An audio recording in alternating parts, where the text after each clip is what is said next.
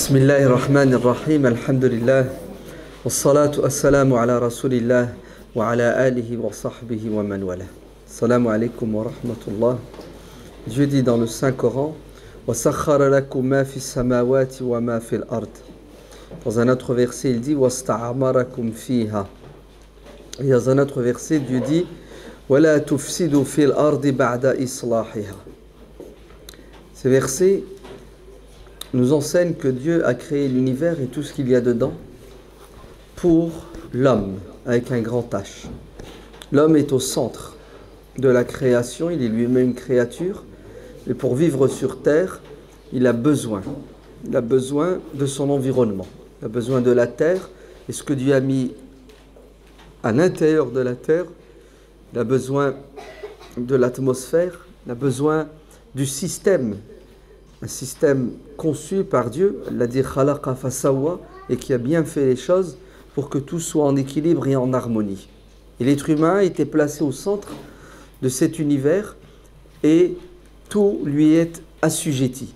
C'est-à-dire Dieu nous a donné la force, l'intelligence pour pouvoir justement profiter, exploiter, tirer profit de tout ce qu'il y a sur terre pour notre bien-être, pour notre bonheur. Parce que Dieu nous a créés pour être heureux et nous a donné les outils, les moyens matériels, l'univers, tout ce qu'il y a dedans. Et l'être humain n'a pas de limite, puisque Dieu dit Ya ma'shar al-jinni wal-insi in istata'tum an tanfudhu min aqtari samawati wal-ardi fanfudhu. C'est-à-dire, ô vous, êtres humains et djinns, c'est pas uniquement la terre qui vous est assujettie, mais vous avez aussi la possibilité d'aller dans les cieux et d'aller le plus loin possible en fonction de vos capacités, de vos moyens. Illa bi sultan. وَسَخَّرَ لَكُمْ مَا فِي السَّمَاوَاتِ وَمَا فِي الْأَرْضِ. C'est-à-dire Dieu vous a donné ce qu'il y a dans la terre et ce qu'il y a dans les cieux. Tous les univers ont été créés pour l'intérêt et le bien-être de l'être humain. Donc qu'est-ce que doit faire l'être humain? Il doit étudier l'environnement dans lequel il vit, cet univers, pour le comprendre, pour découvrir les lois qui gèrent l'univers, pour ne pas entrer en conflit, en opposition avec cet univers, mais aussi pour pouvoir l'exploiter pour son intérêt. Mais l'exploiter de manière intelligente, car la surexploitation ou la mauvaise exploitation vont avoir des conséquences négatives sur lui-même et sur l'univers. C'est pour cela, Dieu dit وَلَا تُفْسِدُوا فِي الْأَرْضِ بَعْدَ إِصْلَاحِهَا. La terre a été conçue par Dieu de la meilleure façon. Tout est en équilibre, il y a une harmonie. وَالْأَرْضَ وَضَعَهَا لِلْأَنَامِ. Dieu a créé la terre pour l'être humain. وَوَضَعَ الْمِيزَانِ أَلَّا تَطْغَوْا فِي الْمِيزَانِ. La balance. Ne faites pas pencher la balance d'un côté. C'est-à-dire, pas de surexploitation et de surconsommation de la terre et de ce qu'il y a dedans et des biens que vous allez en tirer parce que vous allez créer le déséquilibre. C'est pour cela notre approche des phénomènes naturels est différente de ceux qui ne croient pas en Dieu. Nous croyons que toutes les créatures vivantes ou non vivantes, et en vérité ça ne veut plus rien dire pour nous, puisqu'elles sont toutes vivantes à leur manière. Nous sommes vivants, nous, humains, les animaux sont vivants, mais le Coran nous enseigne que les plantes sont vivantes, les arbres, les pierres sont vivantes. Tout ce qu'il y a dans cet univers, tout ce qui est créé est vivant. Des vies différentes, qui s'expriment de manière différente. D'ailleurs, Dieu dit que toutes les créatures sont soumises à Dieu volontairement ou malgré elles. L'être humain, il exprime sa volonté d'être soumis à Dieu. Les autres créatures sont soumises bon gré, mal gré. C'est-à-dire, de fait, elles sont soumises à Dieu puisqu'elles ne peuvent pas lui désobéir. Ainsi, Dieu nous dit وَإِن مِّن شَيْءٍ إِلَّا يُسَبِّحُ بِحَمْدِهِ وَلَكِنْ, mais malheureusement, لَا تَفْقَهُونَ تَسْبِحَهُمْ. Toutes les créatures glorifient Dieu. Et toi, être humain, vivant, intelligent, tu dis Subhanallah, gloire à Dieu. bah, sachez que l'oiseau le dit aussi. L'arbre le dit. La pierre, la roche le dit. Tout ce que Dieu a créé glorifie Dieu, mais on ne comprend pas et on n'entend pas. Ce n'est pas parce qu'on n'entend pas, on ne comprend pas, qu'il ne glorifie pas Dieu. Dieu nous dit c'est une vérité. C'est-à-dire elles sont vivantes. Ces créatures. Celui qui pense comme ça, automatiquement, va avoir une relation bien spécifique avec ces créatures. La première, vous savez laquelle? Il va avoir du respect pour toutes ces créatures vivantes qui glorifient Dieu. Il va les respecter. Elles sont vivantes. Elles sont soumises à Dieu. C'est pour cela, Dieu nous dit dans le Coran que, à cause de l'égarement de l'être humain, la terre, la faune, la flore, l'univers va en partie tendre vers le désordre à cause de nous. C'est-à-dire qu'on va détruire. Au lieu d'améliorer ce qui existe, d'entretenir ce qui existe, qu'est-ce qu'on va faire? On va aller vers une mauvaise exploitation, donc une destruction de ce que Dieu a fait. ظهر الفساد في البر والبحر بما كسبت أيدي الناس. Le fasad, la perversion, la destruction, la désolation est présente sur la terre à cause de ce que les êtres humains font. C'est nous qui intervenons dans cet univers et qui le déréglons, qui le détruisons. Pourquoi? Parce que nous n'avons pas une bonne relation avec lui, une relation qui doit être fondée sur le respect des créatures. Vous entendez? Le respect des créatures. Mais le prophète alayhi salatu wassalam va plus loin. Et il nous dit non pas uniquement de respecter les créatures, mais voire même de les aimer. Puisque, lorsque le prophète revenait d'un voyage et qu'il s'approchait de sa ville Médine, et à l'entrée de Médine, vous avez une petite montagne qui s'appelle Uhud, la montagne de Uhud. Lorsque le prophète se rapprocha de la montagne, il dit à ses compagnons: Hadha jabalun yuhibbuna wa nuhibbuhu. C'est une montagne qui nous aime et nous l'aimons. Vous vous rendez compte, le prophète ici nous enseigne que il se peut, en fonction de ta volonté, que tu crées une relation affective avec les créatures. Et que ces créatures te rendent cette affection. C'est une montagne, nous l'aimons. Allez, nous devons l'aimer. D'ailleurs, je vous annonce qu'elle aussi, elle nous aime, la montagne. Vous vous rendez compte? Une montagne qui aime les êtres humains. Pourquoi le prophète sallallahu alayhi wa sallam dit-il cela? Parce que c'est une vérité, c'est Dieu qui lui a dit, que les créatures interagissent au niveau sentimental avec nous. Elles nous aiment, elles peuvent nous aimer, mais elles peuvent aussi nous détester à cause du mal qu'on fait sur terre. فَمَا بَكَتْ عَلَيْهِمْ السَّمَاءُ وَالْأَرْضِ. Certaines personnes, quand elles meurent, quand elles décèdent, le Coran dit, ni les cieux, ni la terre ne pleurent leur mort. Vous vous rendez compte? Il y a des gens, quand ils meurent, la terre les regrette. Les cieux les regrettent. Toutes les créatures pleurent leur mort. C'est pourquoi? Parce qu'ils étaient bons. Ils étaient magnifiques. Ils n'ont pas détruit. Ils étaient en harmonie avec les créatures.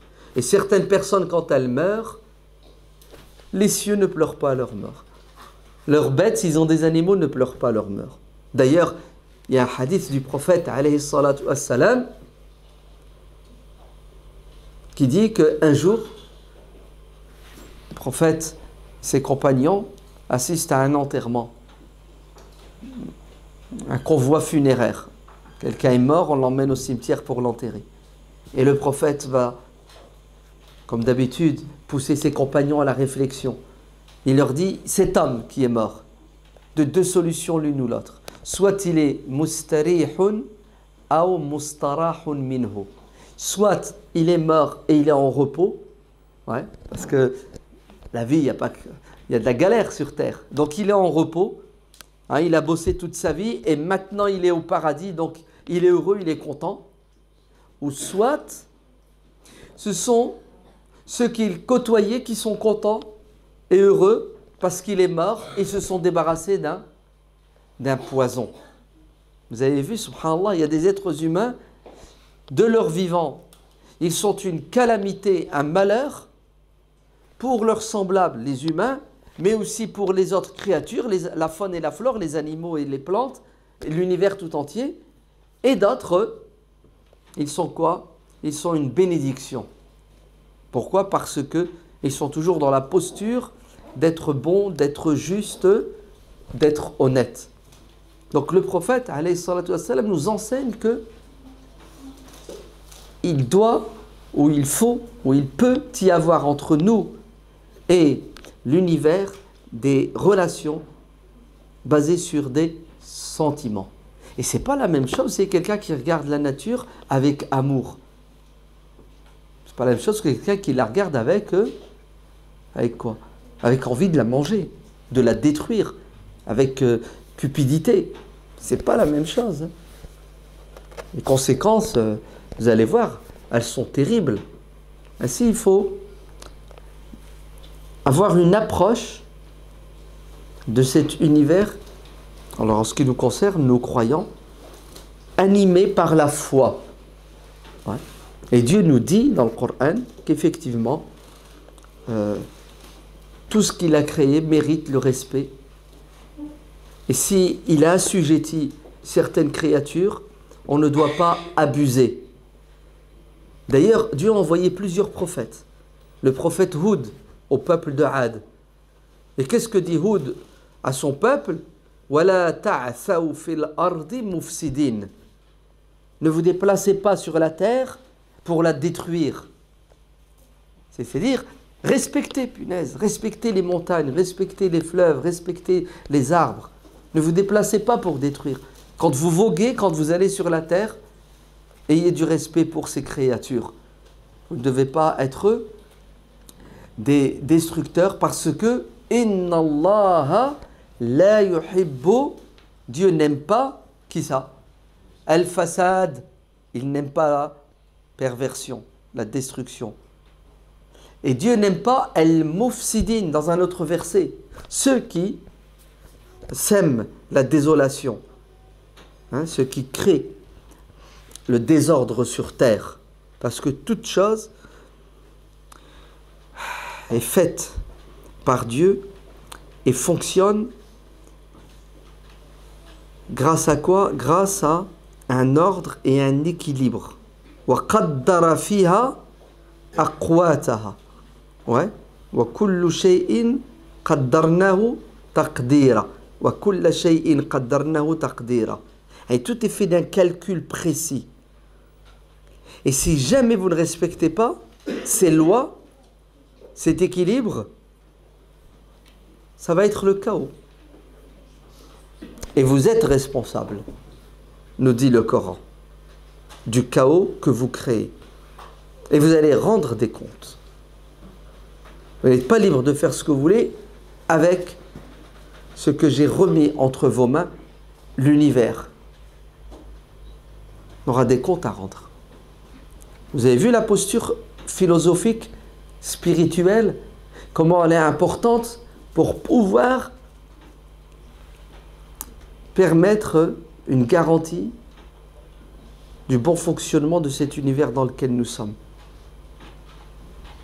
Vous ne croyez pas en Dieu, vous n'avez pas de compte à rendre, vous êtes un égoïste matérialiste, vous n'avez aucune limite. Tout ce qui vous intéresse, c'est quoi? C'est de consommer, voire, non pas de consommer, mais de détruire. Pour le plaisir. Vous allez détruire pour le plaisir. Ça vous dérange pas, voire même parfois ça vous fait rire. Détruire. Oui. Vous voulez la preuve? C'est quoi ce que font certaines personnes? Elles chassent pour le plaisir. Elles ne chassent pas pour manger la bête. Pour le plaisir. Viens, on va se faire un safari. Ouais, on va aller en Afrique. Et boum, on va tirer un rhinocéros, on va tirer un lion, un tigre. Pourquoi tu fais ça? Ah, tu verrais ce que tu ressens quand tu vois la bête qui court et tu la tires. C'est magnifique, c'est beau, c'est super. Et peut-être qu'il va revenir avec un trophée, hein, qu'il va mettre dans un coin d'une salle, d'un de ses châteaux, qu'il ne verra qu'une fois tous les ans. Non. L'être humain, il est capable du pire, il est capable du meilleur. Autant nous avons des gens qui souffrent et qui se sacrifient pour protéger la nature, autant nous avons des gens qui sont prêts à sacrifier tout pour détruire la nature. Ouais. Même enfreindre les lois. Donc, en tant que musulmans, il nous est demandé d'avoir une relation hautement spirituelle avec la nature, l'environnement, toutes les créatures, et qui doit être aussi gérée par des lois. Parce que Dieu nous interdit des choses de manière claire et nette dans le Coran et dans la Sunna à travers la bouche du prophète alayhi salatu wassalam. Je vais les citer. Vous avez vu, hein, depuis quelques années, quelques décennies, les responsables politiques, hein, que ce soit les nôtres ou de la planète, ils se voient, ils se réunissent souvent et ils parlent des problèmes de quoi, de l'environnement, et ils essaient d'apporter des solutions pour pouvoir éviter une catastrophe. Ce qui est très bien en soi. Mais les décisions politiques ne suffisent pas. Elles sont nécessaires. Il faut éduquer les gens. Hein, il faut une éducation populaire pour sensibiliser les individus. Parce que si les industriels, les puissants, détruisent, dépassent les limites, si vous additionnez les méfaits commis par l'être humain ordinaire, ben ça dépasse de loin les méfaits commis par les puissants, parce que nous sommes beaucoup plus nombreux qu'eux. C'est pour cela, l'islam nous enseigne et nous apprend comment gérer an-ni'am, les dons divins. Parce que tout ce que Dieu a créé, c'est un cadeau, c'est un don.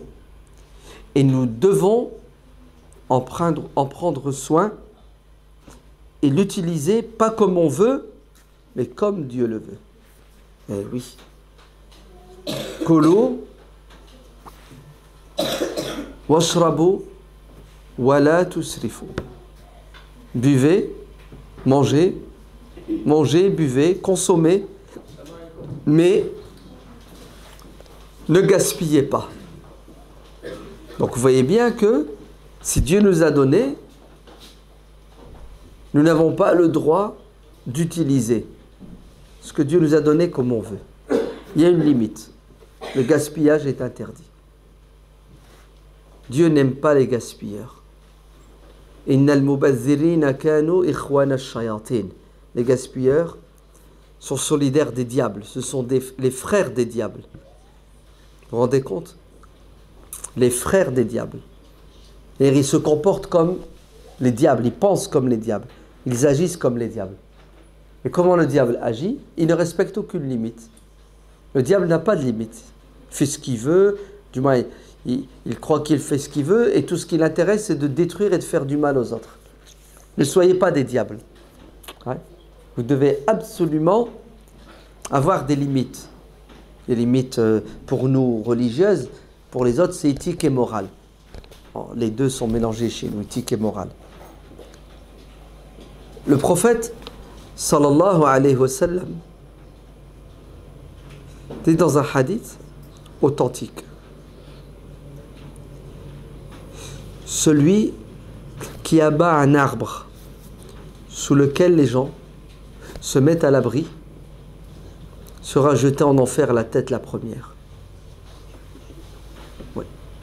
Vous vous rendez compte? Les arbres jouent un rôle très important dans l'équilibre.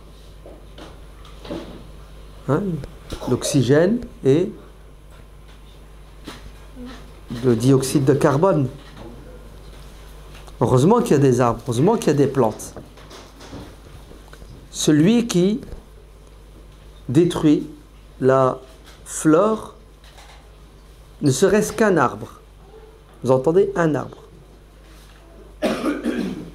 sera puni le jour de la résurrection.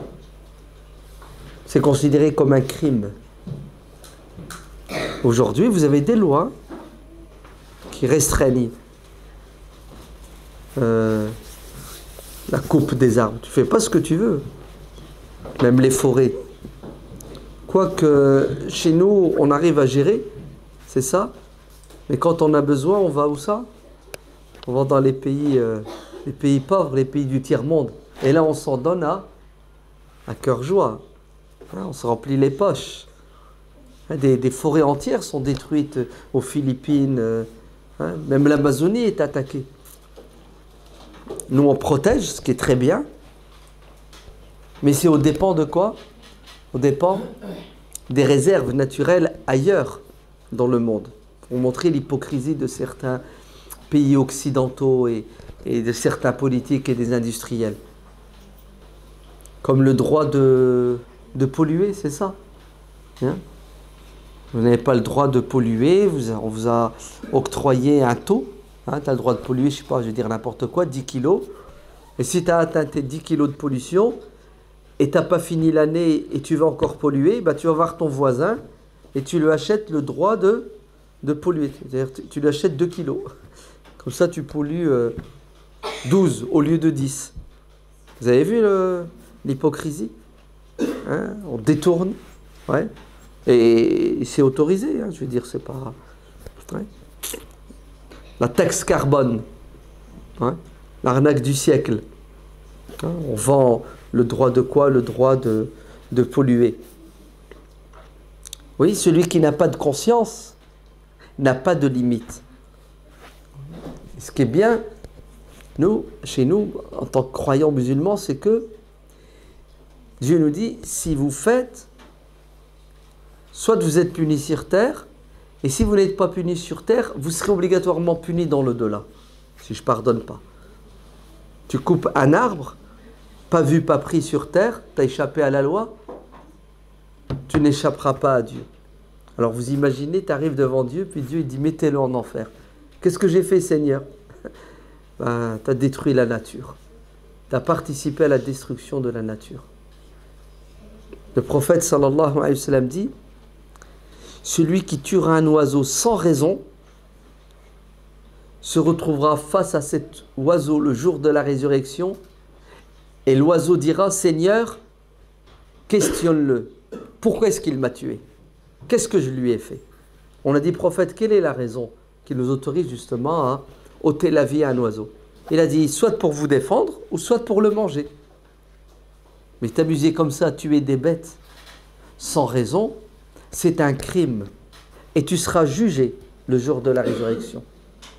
Et Dieu merci, sur terre, effectivement, il y a des lois pour condamner ceux qui ne respectent pas les animaux. Le problème, c'est que tu peux échapper à tout ça. Mais là-haut, tu n'échapperas pas avec Dieu. Le prophète sallallahu alayhi wa sallam va beaucoup plus loin. Et il nous dit, celui qui insulte les animaux aura des comptes à rendre et il perd des bonnes actions. Un jour, le prophète sallallahu alayhi wa sallam était en voyage et une femme qui était sur sa monture va s'énerver et elle va maudire sa monture en lui disant « Maudit sois-tu » à sa monture. C'est une insulte. Le prophète a entendu l'insulte, vous savez ce qu'il a dit? Il a dit à cette femme de descendre, de retirer ce qu'il y a sur la monture et de la laisser libre jusqu'à la fin de ses jours. Elle lui dit, pourquoi prophète? C'est ma monture, j'en ai besoin. Il lui dit non. Il n'est pas permis à un prophète de voyager avec une bête qui a été maudite. En fait, il lui a donné une leçon et une punition.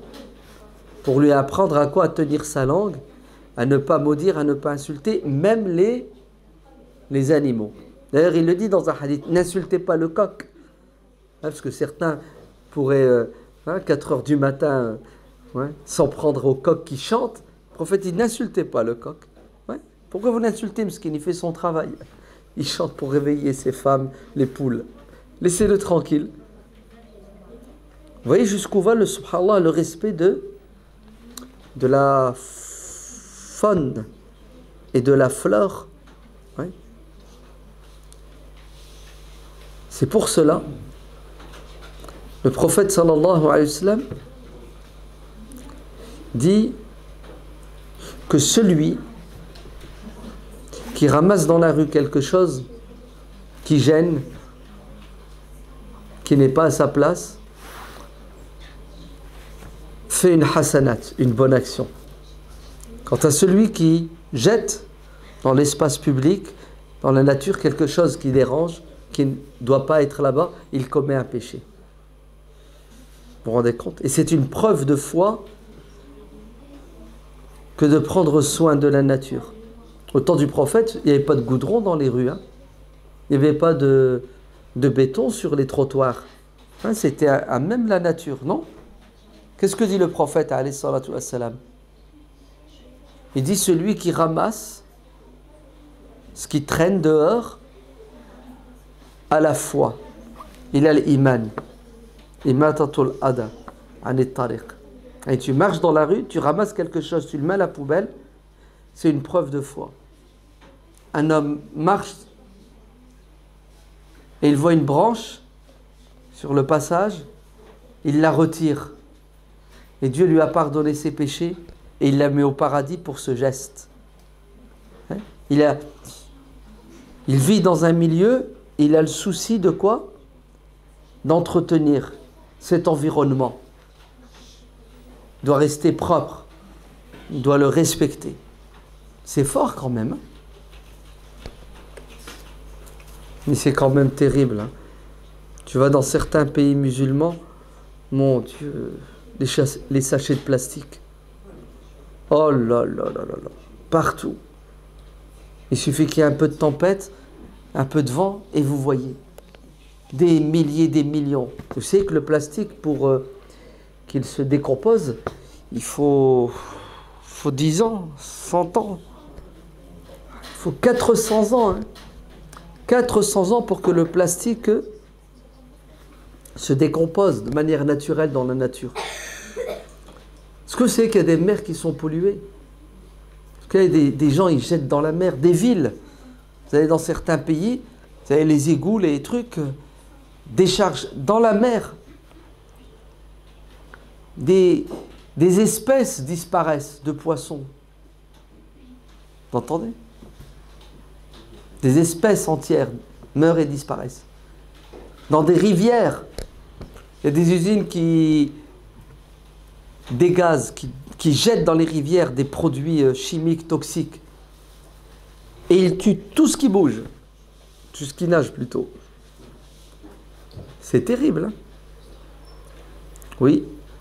Le prophète sallallahu alayhi wa sallam nous enseigne le respect de quoi? De la nature, de l'environnement. Tu marches dans la rue, tu ramasses et tu jettes dans la poubelle. Un morceau de verre, un morceau de plastique. Tout ce qui bouge. Pourquoi? Parce que on est sur une planète, si on ne la respecte pas, on ne prend pas soin d'elle, nous allons la détruire et automatiquement, qu'est-ce qu'on fait? On porte atteinte à quoi? À la vie de l'homme. Le problème des êtres humains, c'est qu'ils disent « Oh, c'est rien, c'est pas grave ». Certes, tu ne vois pas les conséquences tout de suite sur toi. Mais n'oublie pas qu'on est des milliards et que si chacun dit « c'est pas grave », c'est une addition de plusieurs milliards de « c'est pas grave ».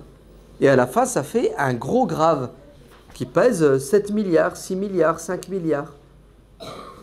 Et si tu ne vois pas les conséquences négatives de tes gestes, de tes comportements nocifs à l'égard de la nature sur toi-même, pense aux générations à venir. Tes enfants, tes petits-enfants, dans 100 ans. Imaginez-vous si ceux qui nous ont précédés avaient tout détruit. Il ne nous resterait rien, on ne pourrait pas aujourd'hui vivre dignement. C'est pour cela celui qui participe, écoutez bien, à la destruction de la nature, la faune et la flore, indirectement, c'est une question de temps, et il participe à la destruction de l'homme lui-même. On nous a beaucoup parlé de la couche d'ozone, c'est ça? Si elle disparaît, cette couche d'ozone, on disparaît, nous tous. Ouais. Et la pollution. Vous n'avez pas vu à chaque fois qu'il fait chaud, hop, diminuez votre vitesse de 20 km/h, pourquoi? Parce que la pollution, c'est terrible, on respire. Ouais. Et il y a des gens qui polluent, et pour eux, c'est pas grave.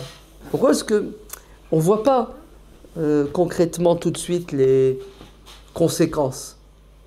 Mais ça s'accumule. Et dans 100 ans, dans 200 ans, effectivement, l'être humain ne pourra plus vivre sereinement sur terre. Et nous sommes responsables. Le prophète sallallahu alayhi wa sallam dit dans un hadith authentique, la darar wa la dirar. Vous n'avez pas le droit de faire du mal aux autres et vous n'avez pas le droit de vous faire du mal. La yajouz, c'est interdit en islam. Vous n'avez pas le droit. Donc, on doit échanger avec le monde dans lequel nous sommes en ayant à l'esprit qu'on doit le protéger, le préserver. Mieux, on doit même l'améliorer. C'est ce que le prophète alayhi salatu wassalam nous dit de faire. Puisqu'il nous dit, celui qui plantera un arbre fruitier et qui prendra soin de cet arbre jusqu'à ce qu'il donne des fruits, toute personne ou animal qui consommera les fruits de cet arbre, ça vous permettra de gagner une hasanat, une sadaqa, une aumône. Et plus vous plantez d'arbres qui seront utiles aux hommes et aux animaux, plus vous investissez pour l'au-delà. Et par ricochet, vous investissez pour votre vie d'ici-bas. Hein, l'importance des arbres. C'est beau quand même, hein? Planter des arbres. Au nom de quoi? Au nom de Dieu. Au nom de la vie de l'au-delà. Peut-être que tu vas planter un arbre et tu vas mourir avant que cet arbre ne donne des fruits. Alors, tu vas sans doute te dire, ça ne sert à rien. Ouais. Pourquoi tu veux que j'aille planter un arbre à l'autre bout du monde? Je ne vais pas en tirer profit. Le profit n'est pas uniquement matériel et actuel. Tu vas en tirer profit spirituel. C'est pour ça, un jour, on a dit à Abu Darda qui plantait un arbre. Ouais. On lui a dit, subhanallah, tu plantes cet arbre, un oisetier, et il faut des années pour qu'il donne des fruits. Et toi, tu es tout vieux, tu vas mourir, tu n'auras même pas le temps de consommer les fruits de cet arbre. C'est ce qu'il a dit. Et alors, c'est quoi le problème si moi je plante et d'autres mangent à ma place? Quel altruisme! Je plante, c'est vrai, je vais mourir avant de profiter de cet arbre, mais d'autres vont manger. C'est fort. C'est pour ça, dans le droit musulman, vous savez ce qui a été dit? Celui qui a des terrains agricoles fertiles et qui ne les cultive pas, qui ne plante pas, l'État lui confisque ses terres et les donne à quelqu'un qui va quoi? Qui va exploiter cette terre. Pourquoi? Pour, justement, permettre à la terre de donner ce qu'elle a de meilleur, ce qu'elle a de plus beau, et le croyant ne doit pas rester les bras croisés. Il doit toujours essayer d'être productif, utile, sans la détruire, la terre. D'accord? Le prophète, sallallahu alayhi wa sallam, dit dans le hadith, celui qui a dans sa main un plan et la fin du monde est imminente, qu'il plante cet arbre. Même s'il va mourir dans 1 heure, dans un jour. Plante. Soyez utile à la planète. Faites ce qui est bon, ce qui est nécessaire. C'est pas qu'il ne faut pas la détruire, mais il faut la protéger et il faut la développer, cette planète. Hein, la tirer vers le haut. On ne doit pas être des éléments qui détruisons, mais des éléments qui construisons. C'est pour cela que nous allons rendre des comptes le jour de la résurrection. Alors, ne gaspillez pas, ne polluez pas.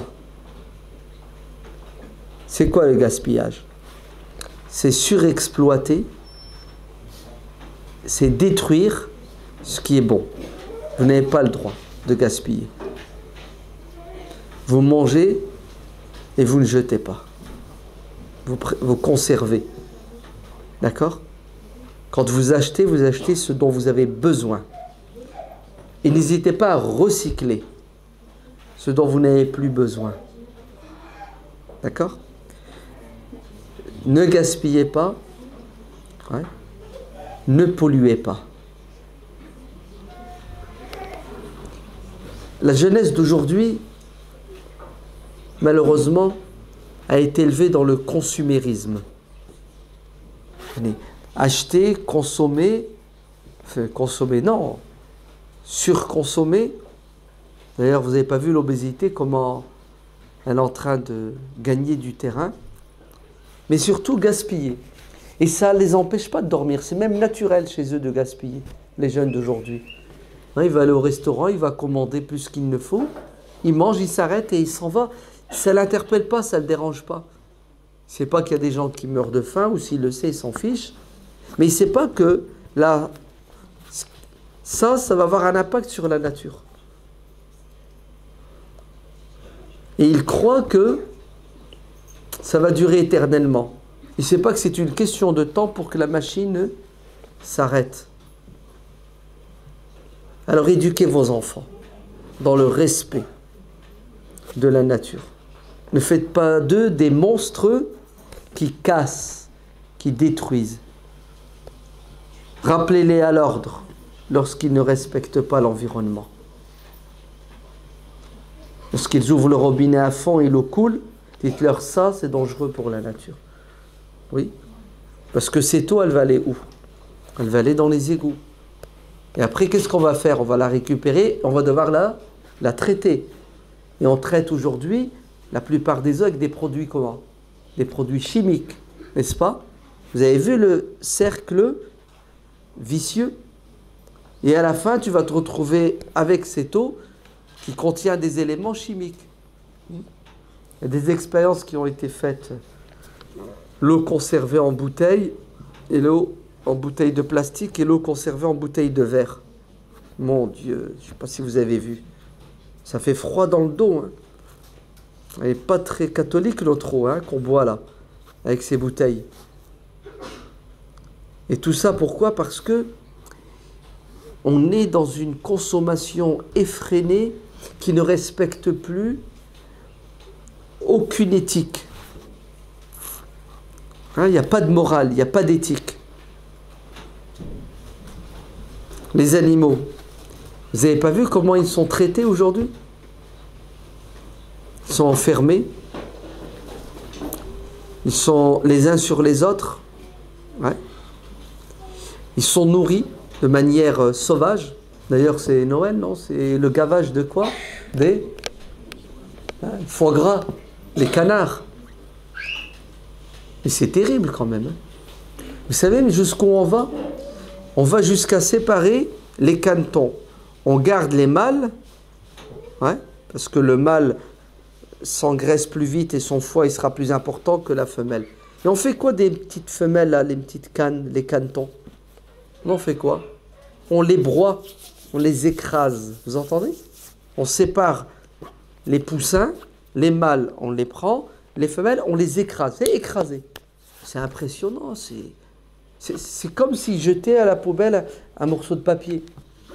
Ils font la même chose avec les autres animaux. On garde les femelles, on détruit les mâles ou vice-versa. C'est-à-dire même l'animal, et surtout les mâles, il n'y a pas d'importance. Regardez l'élevage intensif des porcs. Ouais. On les enferme. C'est horrible. Et tout ça, vous savez pourquoi? Pour se faire plus d'argent. Mais c'est aussi à cause des gens qui consomment plus qu'il ne faut. Ouais. C'est parce qu'il y a de la demande qu'il y a de la surproduction. Et parfois, on produit beaucoup pour baisser les prix, pour que les gens achètent et consomment. Et dans les deux cas de figure, ils s'en sortent, les autres qui se remplissent les poches. Qui c'est qui est perdant? Ce sont ces pauvres bêtes qui sont maltraités, qui souffrent. Et après, c'est vous qui allez être perdant, parce que vous êtes en train de manger n'importe quoi. Et ça, c'est ce qu'on appelle el façade. Ouais. On est en train de tout pervertir. En fait, on est en train d'essayer d'intervenir sur les lois naturelles. C'est ça? Un canard, ben, il a besoin de manger tel produit. Vous vous souvenez de la vache Mskina, la vache folle? Entre nous, elle est toujours folle. Hein? Ça a un peu changé, mais vous imaginez faire manger à une vache de la viande, pas n'importe laquelle. Ouais. Que l'équarrissage, les viandes pourries, c'est effrayant quand même, non?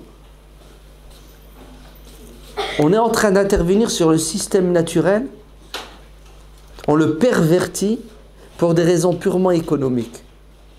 Et c'est de la faute à qui? C'est de notre faute à nous, car c'est nous qui acceptons de jouer le jeu. Ce sont nous les consommateurs. Ouais. On ne sait pas dire non, on ne veut pas dire non, on n'arrive pas à dire non à un moment donné. On est presque pris au piège de nos passions et de nos envies.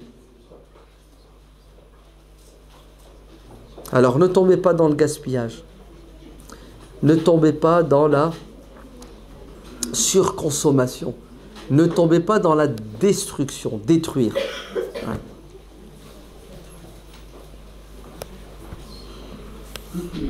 Alhamdulillah, il faut quand même reconnaître qu'il y a énormément de personnes qui se battent pour la protection de l'environnement. Il y a même des organismes nationaux, internationaux. Il y a des campagnes sans arrêt de sensibilisation. Il ne faut pas prendre ça à la légère et dire « Oh, c'est rien, ça ne nous regarde pas ». Il faut que nos enfants grandissent dans cette culture. Il faut les sensibiliser. Comme ça, Inch'Allah, dans 30 ans, ça sera mieux. Parce que l'être humain, il doit évoluer. Il ne doit pas régresser. Et si on ne prend pas conscience, nous allons nous tirer une balle dans le pied. Voilà, c'était l'essentiel. Hein.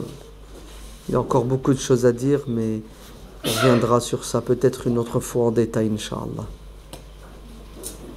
Que Dieu vous bénisse.